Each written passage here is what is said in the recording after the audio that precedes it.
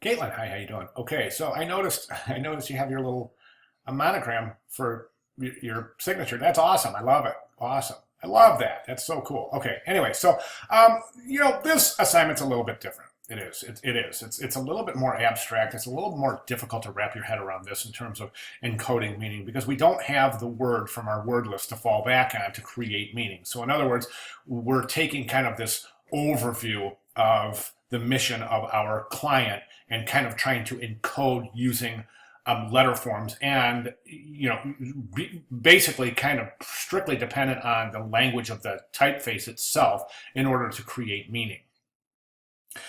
A lot more difficult than it was with the word mark because you only have three or in this case two letters to work with, whereas you have the entire word and a word mark that you can use to create and encode meaning based on, well, in this particular case, based on the word that we have chosen from the word mark. Same thing with the symbolic representations that we created back in week 2. We had that word from the word from our word list, I should have said. The word from our word list, which we're using to encode meaning. So we're kind of given like this little bit of assistance, and that's how it works. I mean, you should always create word lists because you give yourself this little bit of visual assistance, this little bit of a theoretical leg up, so to speak, so that you can use the words in your word list to encode meaning, and that's really how it's done in the studio setting. A lot of research behind word marks, monograms, logos, symbols, etc. Icons, a lot of research behind those. So the more research, the better. And I think that you guys are all finding that out very successfully. Okay, so you have this a little harder without putting the design. Yes, I agree with that. And I'm really happy with how it turned out.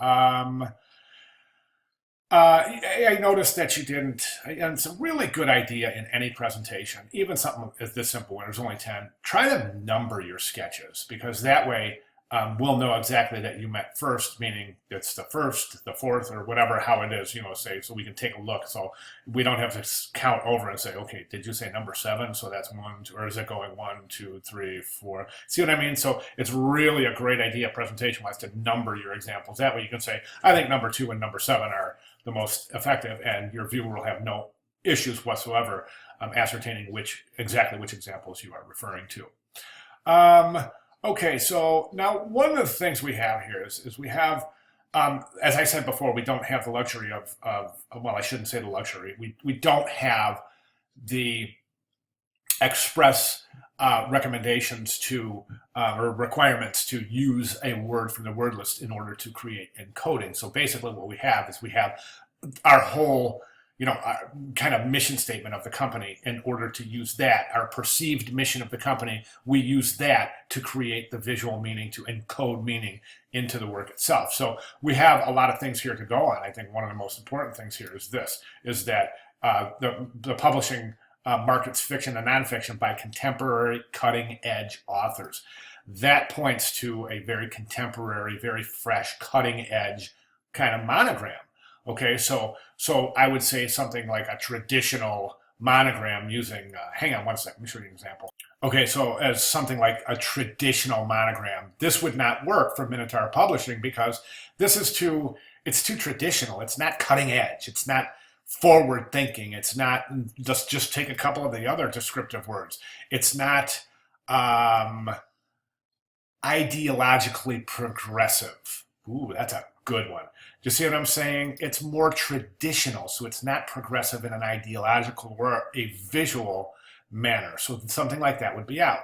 Now, what about something like this? Again, using the traditional, this is a modern typeface, Egyptian slab serif from the modern family, and using modern as a period in a historical description, not a descriptive word saying, so in other words, modern being a period of time, not a descriptor, a visual descriptor. Just want to make that specifically clear. It's always confusing. So I think that, using these kind of traditional, all I did is I said traditional monograms, and it's showing these traditional typefaces, traditional these traditional serif and scripted typefaces showing a very heavy leaning towards tradition. We don't want that, obviously, because we're looking for ideologically progressive All right. So in your examples, I think that you've done some really smart things. These are progressive, definitely. I think some of them are. I think some of them are more experimental. Like this one. I think this one is more in the experimental stage. And I mean, you're free to move forward. I think something like this would present some issues, and let me just show you why. Whoops. Oh, that's why. Okay. So you see this right here, so see how M and P, all the little spaces in here are creating shapes, and those shapes all are going to create meanings. So I think this might be a little bit too complex in terms of creating this encoded meaning of this ideological progressive stature. Okay, for that reason, I'm looking at this and this. I think especially this. This is really nice. It's showing a really contemporary flair. It's it's more progressive than traditional because you're stacking the letters, which is okay in a monogram. I think it's just fine. Otherwise I recommend students don't stack letters horizontally at all because it just never works, especially when you're trying to convey a word or other. But in a monogram, absolutely. I think this is a very traditional, I'm sorry, a very contemporary look. It's not pointing towards tradition at all. So it is fresh, it is contemporary. Using a serif is fine, but this is, clearly not something that would be considered a traditional serif. So I think that is your answer right there. Now, again, as you know, I don't like to tell you guys exactly what to do. I'll give my recommendations, but you move forward in the way that in the direction that you feel is the most beneficial and the most appropriate based on my comments and my feedback. Consider what I'm saying because I think those are some really super important points.